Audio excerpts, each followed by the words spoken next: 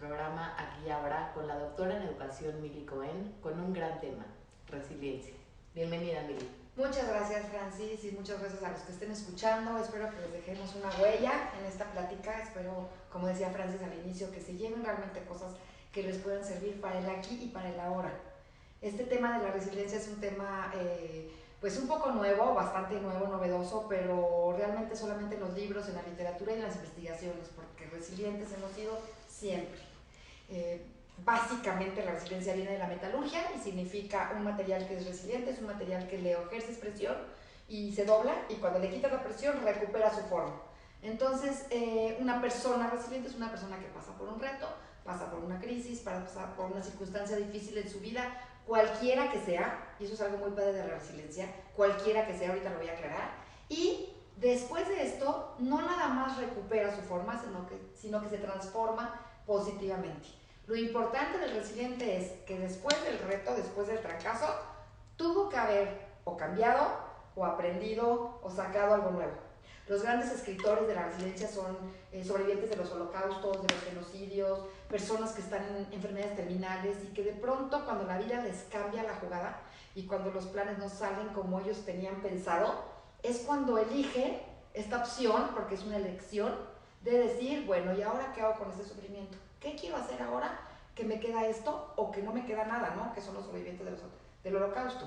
Entonces, más que nada la resiliencia es una cuestión de actitud, no es una cuestión de aptitud. Nadie nace siendo resiliente, es algo que se desarrolla, y por eso a mí me encanta y me apasiona tanto el tema, porque me doy cuenta que entre más lo enseño, entre más lo comparto, entre más lo uso en mi vida, y ahorita si quieres platicamos un poco de las cosas que a mí me han sucedido con esto, me he sanado, tengo una vida totalmente distinta, estoy mucho menos enganchada en mis emociones, tengo una mirada como mucho más abierta hacia los retos, no les temo a los retos porque sé que son inevitables en la vida y los sé tomar como de diferentes cosas, de diferentes formas, y además me sé una persona no perfecta, sí perfectible, sí frágil, sí vulnerable, porque la resiliencia es como la hermana de la vulnerabilidad y tienes que aceptar que eres una persona vulnerable para poder reconstruirte o reinventarte. Y esa parte también he descubierto, ¿no? Que no tiene nada de malo ser vulnerable, ni como mamá, ni como profesora, ni como profesionista, ni como esposa, ni como nada, ¿no? Te caes y duele y lloras y te levantas y te reconstruyes. ¿Por qué decía mucho que no importa qué tipo de reto? Y esto es muy importante porque muchas veces nos las pasamos juzgando o nosotros nos juzgamos a nosotros mismos. Híjoles, ¿cómo me puedo quejar cuando el otro tiene esto? ¿Cómo puedo pensar que mi callo es muy grave cuando el otro tiene cáncer? Y en la resiliencia es muy padre que no hay una medida. En la medida en que eso te desequilibra, en la medida en que eso te quita a ti tu paz, en la medida en que esto que te está sucediendo te está doliendo y te está cambiando tus planes de vida y te está sacando de tu zona de bienestar, en ese momento ya es un reto. Entonces no importa, y a nadie le importa, y a nadie le tenemos que explicar por qué me está doliendo. Me lo tengo que explicar a mí. Y sí tengo que empezar como a echar a andar las herramientas resilientes, ahorita explicamos un poquito de ellas, para que entonces me sirva la resiliencia. No se trata nada más como por arte de magia de decir, ah, bueno, sí es cierto, ¿no? Ahorita que venga algo difícil en mi vida me voy a transformar positivamente. No, la pregunta es por qué unos sí y por qué otros no. Y por qué sí está en toda la literatura y muchos la venden como algo muy sencillo, no me funciona a mí, ¿no? Entonces a lo mejor habría que entender un poquito lo que hay atrás de la resiliencia para poder ver qué herramientas de estas las tengo yo, cuáles puedo usar, cuáles puedo empezar a desarrollar o empezar a descubrir y empezarlas a probar. La resiliencia no la puedes probar más que frente a un reto, ¿sí? Solamente es muy cómodo leer muchos libros y tomar muchos cursos y hacer yoga y tomar meditaciones. Pero cuando viene el trancazo, cuando te ponchan la llanta, cuando te insultan, cuando te roban tu cartera, cuando te separas, cuando tienes una pérdida en tu vida, ese es el momento preciso en el que tienes que echar a andar tu resiliencia. Y no es tan sencillo. Una de las primeras cosas y de las más importantes que yo les regalaría, si les sirve el día de hoy, en este mundo tan rápido, es hacer la pausa. No hacemos ya pausa, somos sumamente reactivos y dejamos que nuestras emociones nos gobiernen. Y nuestras emociones no son más que eso, son emociones, no son determinantes. Podemos cuestionarlas, podemos analizarlas, podemos separarnos de ellas y entonces de pronto el tomar la pausa ante un reto y saber decir, a ver, espérame tantito, ya lo viví, no lo he vivido, ¿de qué me sirve? ¿Qué hago con esto? En el infinito, si me saliera para afuera y lo viera desde lejos, ¿me es algo útil? ¿O vale la pena? ¿O no vale la pena? No sé, este libro de El sutil arte de que te importe un carajo es un librazo, porque lo que te dice es, elige tus carajos en la vida. No quiere decir que todo te valga un carajo, al revés. Elige tus carajos en la vida y decide por qué cosas sí vale la pena luchar y por qué cosas no vale la pena. Entonces, si tomas la pausa, si haces ese espacio entre el estímulo y lo que viene, tienes la posibilidad de poder elegir qué camino tomar. Resiliencia, en chino, crisis se escribe con 2 ideogramas, así 2 dibujitos, ¿no? Y uno de ellos, juntos dicen crisis, pero si lo separo, uno de ellos se lee sobre una oportunidad, y el otro peligro, ¿no? O adversidad o reto. Entonces, quiere decir que sí puedes, y la verdad es que sí se puede. Sí se puede empezar a enfrentarse a retos muy difíciles en la vida y elegir decir, ah, caray, otra vez me viene esta enfermedad, otra vez me viene este mismo tipo de persona, otra vez me viene este mismo tipo de jefe, ¿y qué le saco de esto, no? ¿Y qué le aprendo? Entonces la pausa sería como una de las primeras que yo enseñaría, y quizá para la pausa yo les voy a platicar una que es más de las más nuevas en mi vida y que me ha gustado mucho y me ha funcionado mucho, y es la meditación. No tiene que ser la meditación, pero físicamente, biológicamente, a mí me gustan las cosas que me convencen, a lo mejor porque traigo el doctorado y entonces toda la parte de investigación me gusta, y me gusta lo que puedo comprobar de alguna forma. Todos los cambios físicos, biológicos, neurológicos que hoy se están demostrando que hace la meditación en tu cerebro, la pausa que te brinda el espacio que se viene a dar entre, como lo que hace la meditación es ralentizar un poco tus neuronas, entonces hace que tus ondas cerebrales vayan un poquito más lento, ¿sí? Entonces, cuando tú estás meditando o cuando tienes una práctica, acostumbras meditar, lo que haces es que tus neuronas empiezan a trabajar más lento y entonces no eres tan reactivo. Esa es una pausa. Esa es una pausa. Y entonces, físicamente. Sí, entonces, sí. Entonces no es, ay, a mí me hace la meditación eso. No, parece ser que a todos los que meditamos nos está haciendo esto, nos está permitiendo no dejarnos arrastrar ni por las emociones ni por el ego. Porque muchas veces también creemos que es que me siento muy mal, ¿no? Y está muy bien, yo creo que en la resiliencia uno tiene que reconocer cómo se siente, es importantísimo. Pero tu ego. Sí, pero hablas, ¿no? Porque también sí, esta parte de reconocer cómo te sientes muchas veces te lleva a tomar un camino de hundirme, de ser víctima, de acomodarme. Muy delgada la línea. Y además, es muy cómodo. Ser pesimista, ser víctima, es muy cómodo. Sí. Y no nada más es muy cómodo, sino te aleja de la resiliencia, porque una persona que es víctima o manipula no puede empoderarse. Así es. Y parte de la resiliencia es alguien empoderado. Así es. ¿Y qué crees? La víctima piensa que tiene poder porque está trayendo a todo el mundo a su alrededor y no se está dando cuenta, como dices tú, que está haciendo lo contrario. Y te voy a decir que es lo más padre de la resiliencia, Francis, que es como regresarte la responsabilidad de ti mismo. A mí por eso me gusta tanto dar este tipo de talleres y de cursos a quien sea, porque no importa ni el nivel socioeconómico, ni el nivel cultural, ni el nivel nada. Es regresarte la responsabilidad y es decirte... Te empoderas a través de la responsabilidad. Sí, y es decirte con qué cuentas tú. Porque cada quien tenemos algo distinto. ¿Tú con qué cuentas? Porque a lo mejor yo cuento con una red social y es una de las herramientas resilientes más importantes, pero a lo mejor tú cuentas con el sentido del humor. Entonces requiere de autoconocimiento. Es una de las partes más importantes. La primera. Sí. Yo te diría la primera, ahorita en el curso que voy a dar de meditación, puedo mencionarlo después, claro. Un curso que voy a dar con un súper maestro de meditación, Javier Bautista, empezamos la semana que viene, por aquí por Lomas de Besares, y el primer tema, yo voy a hablar de resiliencia y luego él va a dar una práctica meditativa justo para que tengan el tiempo y la pausa de poder como confluir estas ideas. Y el primer tema es autoconocimiento. Que a medida que más te conozcas, sabes tus herramientas con las que cuentas y con las que no. Así es. Sí, porque... Y antes el autoconocimiento era la psicología positiva, se consideraba psicología de autoayuda, a la gente no le gustaba, no sé por qué la palabra autoayudarme no nos gusta, pero no le gustaba.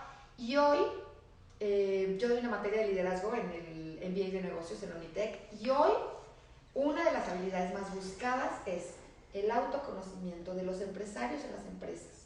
Los libros que salen hoy son preguntas de autoconocimiento. Entonces requieres autotrabajo, trabajar en ti mismo es una Por de las supuesto. cosas más importantes. Y no voy a decir que estoy para nada en contra de la terapia en lo absoluto. No todo el mundo puede ir a terapia, no todo el mundo tiene tiempo de ir a terapia, no todo el mundo cree. ¿Cómo te conoces? Así, a través de esto, a través de la resiliencia, a través de este programa de radio donde te pueden escuchar, a través de cursos, a través de decir, voy a probar la meditación. Y me voy a sentar o sea, la meditación es un camino para conocer. Sí, porque lo que sucede, Francis, es hay muchas prácticas muy distintas, pero en una de esas puedes lanzar una pregunta y sentarte y estar en la nada.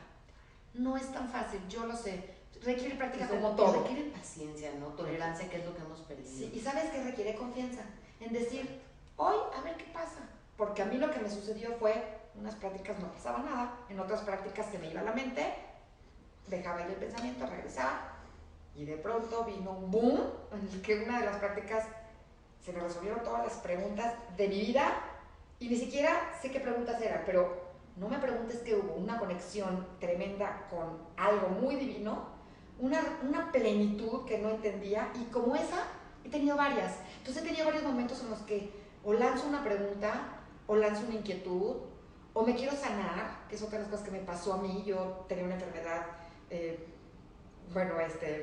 de por vida, con una medicina de por vida de 15 años, y de pronto la meditación con una sanación que se hizo en una práctica, yo la vi a la verdad como salió, y quité la medicina hace 3 meses y no he tomado la medicina, y yo no podía dejar la medicina 2 días. Entonces ya no son casos como yo les puedo contar que he escuchado de cáncer y de gente que camina, ya no son esos casos milagrosos, y yo tampoco quiero hablar de un milagro. Yo siento que es un milagro en mi vida porque no puedo entender que a través de una práctica de sanación, de cambiar mi foco. ¿Sabes qué es la meditación? Cambiar tu foco. En vez de estar pensando todo el tiempo en mi dolor, en mi enfermedad, porque bueno, es una enfermedad genética, no ni siquiera es una enfermedad adquirida, es genética, entonces ¿cómo se quitó? Y aprendí en la meditación que en vez de pensar en mi enfermedad, pensar en mí. Y en vez de agarrar el toro por los cuernos, como a veces decimos, era agarrarme a mí y soltar el toro. Y era estar en paz conmigo, y era pensar en mí. O sea, ¿cambiaste la narrativa? Cambió que yo acepté la enfermedad porque era genética, porque venía de mi familia, porque ya me habían dicho que la tenía, porque me dijeron que no se quitaba. Y cuando yo estoy tomando todos estos cursos de meditación, digo, ¿por qué le he venido dando bienvenida a la enfermedad? ¿Y qué tal si se me quita, no? ¿Y qué tal si en una de esas ya no es irrelevante en mi vida y no la tengo? ¿Y qué tal si en una de esas yo también me concientizo que no hay cabida en esta enfermedad en mi vida? Porque yo sí le daba la bienvenida. Y era esta comparación de, bueno, pero hay otros que tienen otras cosas peores, bueno, pero otros se mueren, yo no me voy a morir de esto. Entonces sí, porque nosotros no somos worthy nunca de nada, o sea, sentimos que no somos merecedores de nada. Y cuando cambio este chip y empiezo a no pensar en la enfermedad como tal, y empiezo a pensar en mí, en decir, ¿y por qué crees que la necesitas? ¿O por qué crees que la tienes que tener? ¿O cómo visualizas una vida sin enfermedad? ¡Pum! Se quitó. Hasta ahorita. Y se quitó, ¿eh? Yo siento dentro de mí que se quitó. Y no vengo a hablar aquí de meditación, pero vengo a abrir la puerta a algo que a mí me funcionó, porque creo que en la resiliencia hay que hablar mucho de las cosas que le funcionan a la gente. Y por eso cuando te volteé y te dije el sentido del humor, mi tesis la hice de discapacidad y resiliencia, y todo fue con puras personas con discapacidad o que tienen hijos con discapacidad, y hablamos de resiliencia, y el sentido del humor fue algo que lo rescataba tremendamente, y era reírse de sus limitaciones, y cuando se reían de sus limitaciones decían, qué chistoso, porque los demás nos miran con una mirada tan patética, de tanta lástima, de tanto cuidado, y si supieran lo que nosotros nos estamos divirtiendo.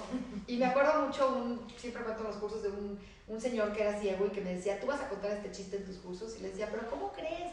Me van a decir que soy una desgraciada. Tú les dices que una persona con ceguera te lo contó y lo cuentas. Entonces el chiste es así.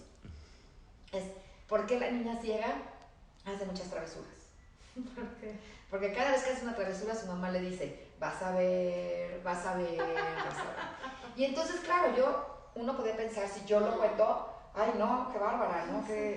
Pero no sé lo que aprendí de esta gente, Francis, no sé lo que aprendí, y sí me empecé a dar cuenta que en mi familia tenemos un poquito de humor negro, sabemos reír de la adversidad, y que no me pasaba nada si yo me reía de mis propias caídas. Y hubieron caídas, no voy a decir que nos podemos reír de todas las caídas, hubieron caídas en las que sí me reí, y sí me salvó, y sí me sanó el encontrar este sentido del humor. Hay otras que no, pero el sentido del humor me ayuda a descubrir que a veces nos tomamos muy en serio la vida, muy en serio la vida, hacemos de la vida un drama, porque creemos, y en esto sí hay muchos estudios que han demostrado, creemos con este pesimismo que estos retos de la vida o estas cosas malas están aquí para quedarse. Son intercambiables, nunca se van a mover de aquí, me van a afectar todas las áreas de mi vida. Y el optimismo te dice todo lo contrario. Te dice, como dices, como que te lo mereces, ¿no? También. Y esta parte de... Bueno, ya me toca esto, ¿no? Porque tengo lo otro. Sí, ¿no? Y es como cambiar, como dijiste aquí, la creencia y cambiar el foco, como dices. Eso es bien importante, es como muy rescatable. Así es. Y que el que cambia el foco es uno. Que uno tiene nadie lo puede cambiar por ti. Sí. O sea, como que tiene uno esa capacidad y esa responsabilidad. Porque como dices, cuando te haces responsable de cambiar el foco, de cambiar el diálogo, ¿no? ¿Y por qué lo necesitas?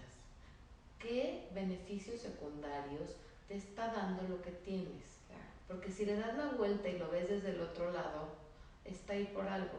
Y cuando lo dejas de necesitar, ¿o cómo sería tu vida sin eso? Claro. Y hay gente que no sabe mirar su vida con el lente de la felicidad, Francis, porque han vivido con familias así, con familias en las que la cultura es como negativa, pesimista, victimar, y de pronto decir, ¿qué voy a hacer con la felicidad, no? ¿Qué voy a hacer con este rollo? ¿Para qué lo quiero? Y la resiliencia es... Y la resiliencia justo lo que es la elección, porque dentro de la responsabilidad que hablas, viene esta parte de libertad. Sí tengo que elegirlo, nadie lo puede elegir por mí. Lo podemos elegir como colectivo, porque también la resiliencia puede ser comunitaria. Pero es la elección de decidirme a disfrutar la vida. Es la elección de decidirme que aunque la vida quiera que tú seas desgraciada, tú digas, yo no me voy a dejar. Y es la elección de decidir cambiar tu mirada de una mirada de morbo o de una mirada de riesgo por una mirada optimista, por una mirada apreciativa, ¿sí? Entonces, ¿quién elige? Si en la noche, por ejemplo, un ejercicio muy bueno que hacemos mucho en la resiliencia es, ¿quién elige si en la noche tienes dos caminos y lo eliges tú, ¿no? Entonces, ¿quién decide? Ahí están tus dos caminos. Uno es, me duermo en la noche y empiezo a pensar todo aquello que hice mal. Y entonces me empiezo a recriminar, pero cómo le contesté, o cómo no le contesté, o cómo me metí, o cómo no me metí, o cómo no hice, o lo que me falta por hacer, o lo que me falta hacer por mañana, etc. Entonces, bueno, ese es el insomnio, y ese es el rumiar, y ese es el dar vueltas. O eliges la parte apreciativa. La parte del agradecimiento es sumamente importante y es una de las estrategias resilientes más claras en la vida, porque los cambios se ven inmediatamente. Cuando te empiezas a apreciar, a agradecer, a llevar tu registro, a contar tus 3 personas, es una paz interior con la que te duermes. Entonces, por eso vuelvo a repetir que la elección es de ustedes, porque uno puede decir, ay, sí, ya lo escuché, eso está muy trillado. ¿Y qué creen? No es tan fácil. Te cambia el chip. En una investigación en Harvard muy interesante, les pidieron a unas personas que hicieran este ejercicio de agradecer 2 semanas. Midieron sus grados de felicidad a un grupo control y al grupo que agradecía. Después de 2 semanas vieron que pues sí, la gente que agradecía se sentía más feliz. Lo curioso fue que después de 2 meses vieron que los niveles de felicidad se siguen manteniendo. Y después de 6 meses también. Entonces les llamó mucho la atención porque el ejercicio solamente era por 2 semanas. Y lo que descubrieron fue que estas personas lo que hicieron fue continuar con el ejercicio. No lo quisieron dejar. Porque cuando algo te hace sentir bien, es algo como instintivo, ¿no? Lo buscas, ¿no? Así como lo que te hace sentir mal, le huyes inconscientemente. Uno le huye a lo que le hace sentir mal, lo evita. Y lo que te hace sentir bien, cuando eres resiliente, cuando eres amante de la vida y cuando tienes pulsión de vida, buscas lo que te hace sentir bien. Ahora, lo que a mí me llama la atención es, la resiliencia se aprende. Se aprende, no se nace resiliente. No, hay una parte de temperamento con el que nacemos, que más o menos es un 40%, y sí es un temperamento. Ya ver, hay quien nace con un temperamento más fácil para los retos, más dispuesto, más optimista. Hay quien tiene este temperamento un poco más complejo, más difícil por muchas cuestiones. Hay una parte cultural que también tiene que ver con el entorno en donde vives. No es lo mismo que vivas en un lugar de retos en el que hayas crecido, a que vivas en un lugar en el que tu reto es que ibas tan sobreprotegido y tan cuidado que nunca te hayas enfrentado a un reto y cuando te enfrentes no sepas ni qué hacer. Entonces tu entorno también tiene que ver. Pero un 40%, que a mí me hace que es muchísimo, es esta parte en la que uno elige. Entonces, sí es verdad que tienes como una carga, digamos, en la que te puede facilitar o no, pero también las circunstancias de la vida te van a ir marcando la ruta, porque al final de cuentas, si tienes como todo este temperamento el que tú quieras, positivo, si quieres optimista, y la vida viene y te quita algo muy preciado para ti, pues es el momento en el que tú también elijas y otra vez vuelves a elegir. ¿Qué hago, no? ¿Cómo se hace uno resiliente? Ok, entonces la resiliencia viene siendo casi como un músculo. Sí. Entonces lo vas desarrollando con estas habilidades. Entonces hay formas de irte construyendo resiliente sin que venga el reto, porque entonces si no estamos esperando a que nos dé venga el trancazo, ¿no? Y nos pisen como las violetas para que saquemos el olor. Sí. ¿Cómo me puedo ir construyendo resiliente para que cuando venga el reto me va a doler, pero me duela menos? Una, entorno social, redes sociales, apoyo, apego, amor. Si yo voy construyendo a lo largo de mi vida eso, y un día vengo y tengo una pérdida, yo voy a tener una red que me cache. Si nunca lo he hecho, ¿me entiendes? Si nunca he podido hacer el sacrificio por el otro y tener genuinas, pero genuinos vínculos, no likes, y no amigos en Facebook, genuinos vínculos. Si yo lo voy construyendo, cuando venga el reto ahí van a estar conmigo. Otra de ellas, importante, muy importante, tiene que ver con lo que tú dijiste, es autoconocimiento, o la llamamos introspección, o la llamamos independencia, que es conocerme, saber cómo reacciono, saber quién soy, Francis.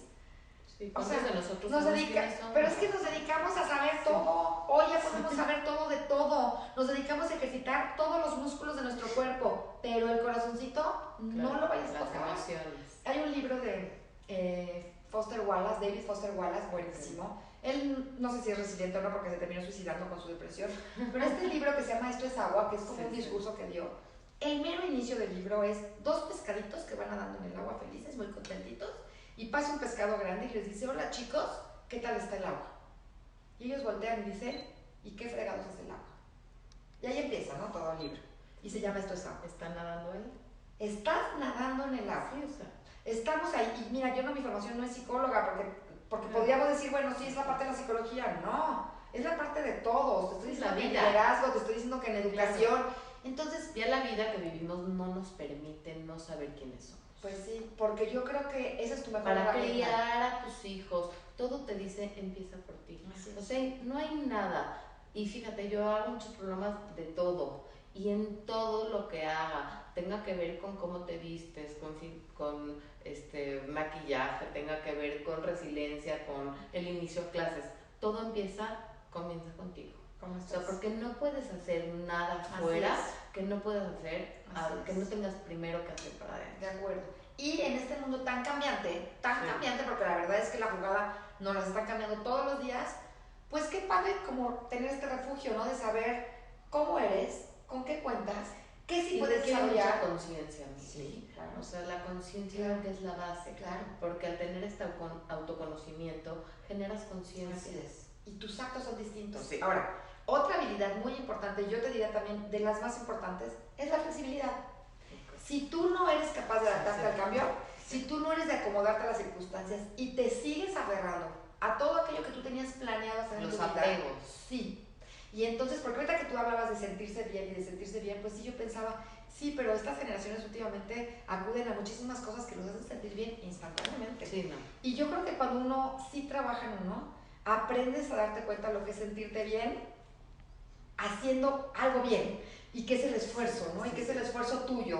Esa es una. Encontrar el placer en el esfuerzo. Exactamente. De eso yo hablaba. Exactamente. O sea, el placer en el esfuerzo, voy a hacer ejercicio y estoy sintiendo bien porque estoy esforzándome. Y me paro a trabajar y me estoy sintiendo bien, pero porque me estoy esforzando, no porque me vienen las cosas fáciles. Porque estás conociendo tus límites, porque te estás probando, porque te estás arriesgando. Todo eso que estás diciendo es parte de la resiliencia.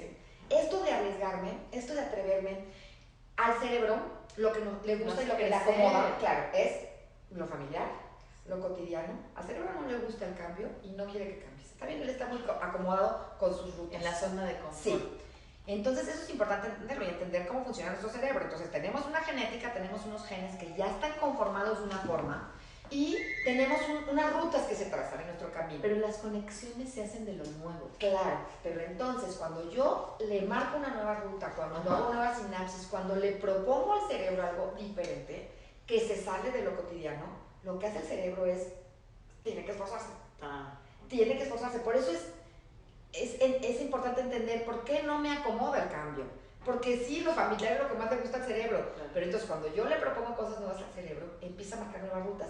Cuando estas cosas las hago 2 o 3 veces, como por ejemplo con la meditación, o por ejemplo con la risa, reírme, o hacer un grupo nuevo de amigos, o lo que a ustedes se les está ocurriendo ahorita que quieren probar nuevo, al principio les va a costar trabajo porque el cerebro no quiere eso. Pero cuando empiezas a trazar nuevas rutas, lo expandes. Exacto. Lo que haces es que haces nuevas sinapsis, lo que haces es que lo expandes, lo que haces es que creas nuevas rutas y le das como un upgrade biológico a tu cerebro.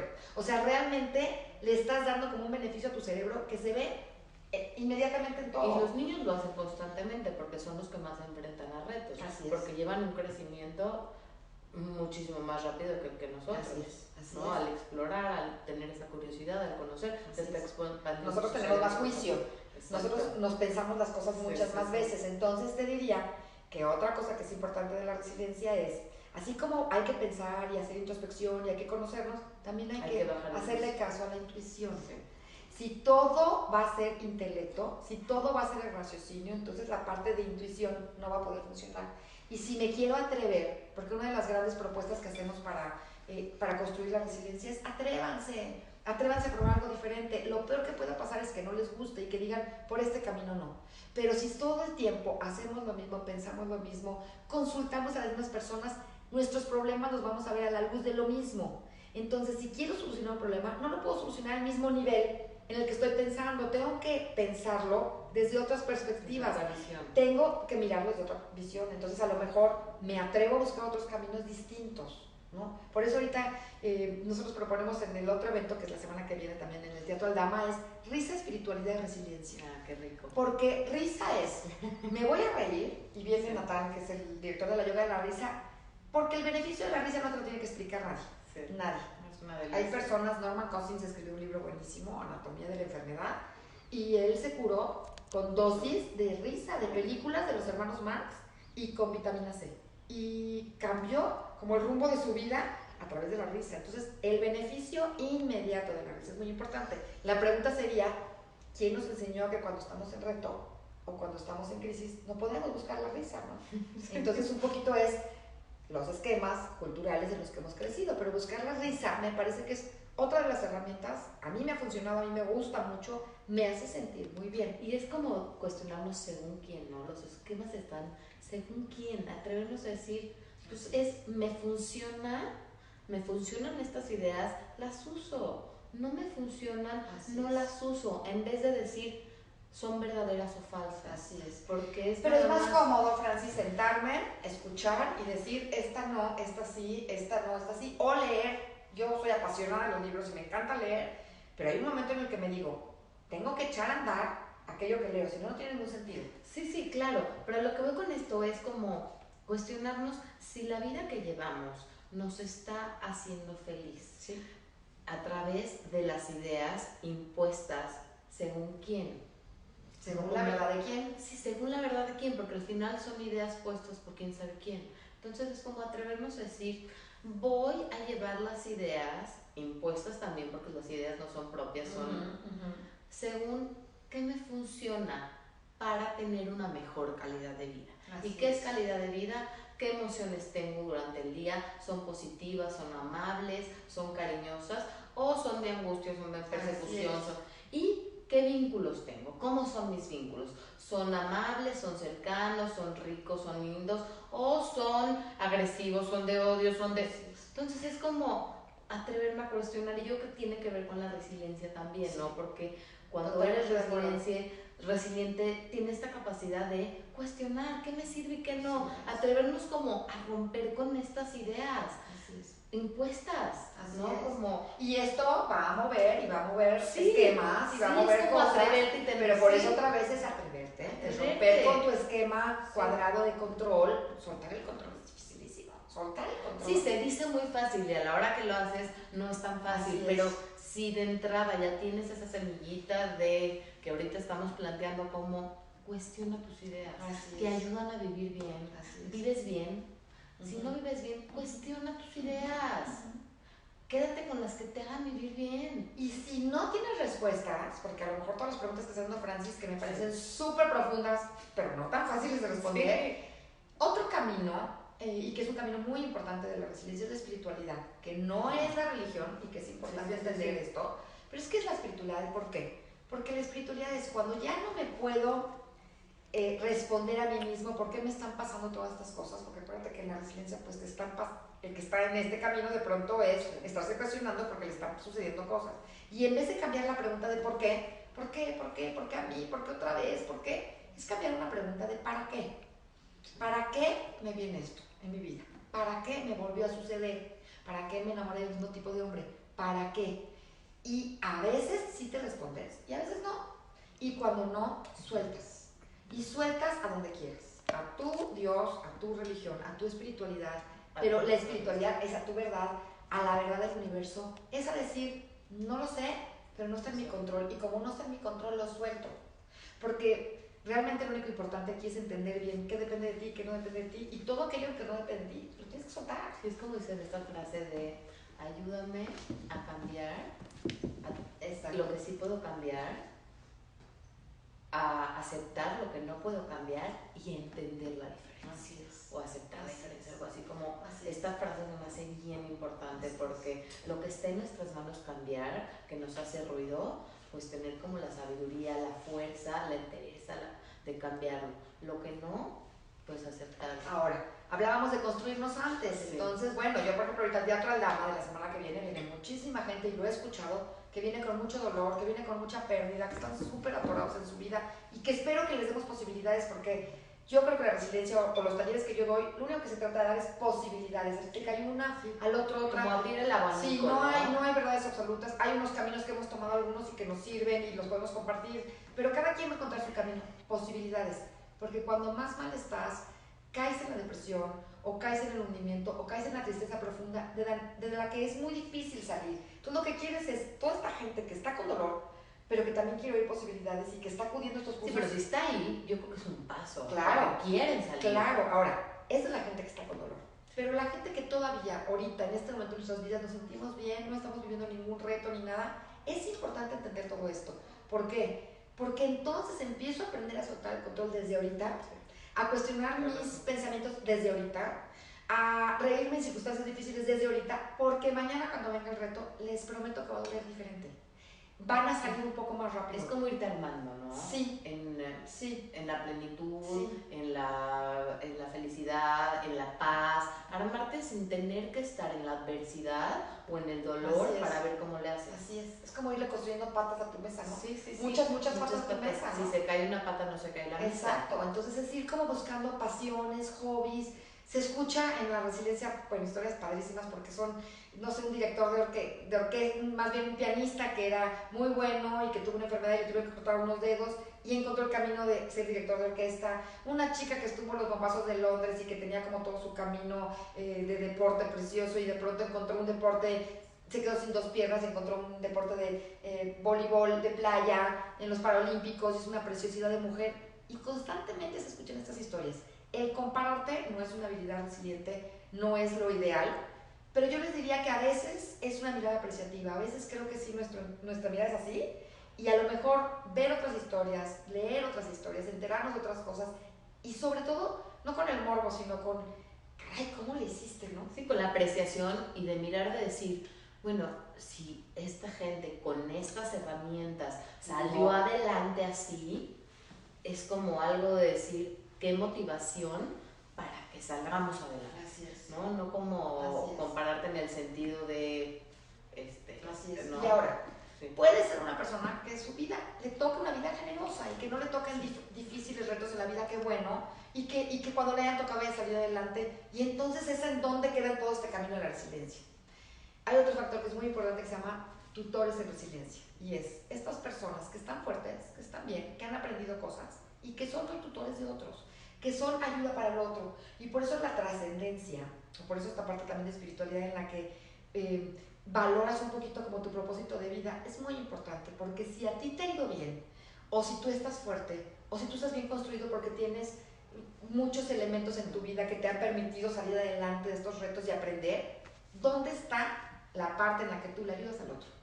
En un libro que escribes, en una clase que das, en un porque programa viene de a radio. dar, Lili, o sea, eso Bueno, es yo como creo que sí. algo que creo que nadie sabemos a qué venimos a este mundo, pero algo que sí me queda claro a qué sí venimos es a ser ser felices, porque creo que esa es una responsabilidad, a gozar, porque estamos rodeados de un mundo maravilloso, y a dar y a compartir nuestro don y nuestra luz y lo que tenemos bueno, si viene uno a dar. Y ese es un factor de resiliencia pura. A la hora que yo doy, me doy. Sí, y a la hora que yo empodero al otro, me empodero. Entonces el altruismo es considerado hoy como una fuente de resiliencia sumamente importante. Nos encontramos gente con depresión y pedimos que se vayan afuera a buscar a quién afectar, a quién regalar una torta, a quién contarle un cuento. Y yo he visto en los cursos, Francis, cómo llega la gente y me dice, wow, porque nunca pensé que en este momento de fragilidad yo podía empoderar. Claro, porque si yo en ese momento que me siento tan deprimido, la sensación es de no tener, de carencia y de ausencia. Entonces, si yo puedo dar, quiere decir que sí tengo. Entonces, le regresas su poder, le regresas su sensación de tener. Qué hermoso. Porque cuando uno puede dar, es porque algo bueno tiene. Así es. Entonces, ya sea que el reto viene, ya sea que el reto no viene, ya sea que lo busco, porque con los hijos hay que buscar también retos, hay que ponerles retos, Francis, de pronto. No hay que comprar el cereal que siempre ellos tiene. se sientan útiles. Es el mejor regalo que les puedes dar, ponerles una actividad, ponerles un papel importante en casa. Exacto. Y enfrentarlos a lo mejor a veces a la pérdida, a la carencia, a la falta de rutina, a lo que quieras, para que entonces ellos también echen a andar estos que nosotros llamamos resortes invisibles, ¿no? Sí, a no resolverles. Sí, porque el mensaje es, tú no puedes, y yo te lo hago porque tú no puedes. En cambio, cuando los dejas ahí libres, es como, yo confío en ti. Y finalmente es lo que tratamos de hacer, gente que pueda desarrollar sus propias habilidades y desarrollar la resiliencia, porque solo así. Así es. Esta confianza de la que dijiste es como la más importante. El decirle al otro, yo confío en ti, y yo sé que tú puedes, es lo que sacó adelante a muchísimas personas en las investigaciones de resiliencia. El que alguien les dijera, a pesar de todo lo que perdiste, a pesar de todo lo que no tienes, tú puedes. Y es una mirada genuina, sí. No es un yo confío de... Muy humana, ¿no? Yo creo que es lo que vivimos todos los días. Sí. Y si estamos acá, es porque algo tenemos para dar. Así es. Así es. Entonces, bueno, a salir de la zona de confort, a tomar uno de los cursos, talleres, lo que quieran. Por favor, Mili. Sí. Dime la semana que viene, Teatro Aldama, el 5 de septiembre, de 11 de la mañana a 2 de la tarde, cuesta 100 pesos el boleto. Todo se va de donativo. La idea nada más era generar como toda esta gente que a veces no puede ir a seminarios más largos. El martes. El jueves 5 de septiembre. Jueves 5 de septiembre. Teatro Aldama, de 11 de la mañana a 2 de la tarde, boletos en Ticketmaster o en taquilla. Y el martes que viene, los martes 10 martes de 7 a 9 de la noche, la meditación y resiliencia. Meditación y resiliencia con Javier Bautista y conmigo, en el que vamos a hablar de estos temas y vamos a cumplir. A mi teléfono 55 51 09 21 04 y correo donde pueden preguntar todo es seminario conocer con S, porque tiene que ver con ser, seminario conocer @gmail.com. También empieza uno de liderazgo resiliente este jueves en la Universidad Hebraica, en las mañanas también, al que esté interesado. Y el que esté interesado en información, en material, en bibliografía, en libros, en alguna presentación, en lo que deseen, encantada de la vida. Yo la verdad este tema me gusta, me apasiona, se nota creo, pero además me ha sanado, me ha ayudado a tener una mirada totalmente distinta hacia la vida y por eso me gusta compartirlo. Pues muchísimas gracias. Un verdadero placer. Muchas gracias a ustedes. Gracias, Mili. Gracias a todos y compartan, por favor.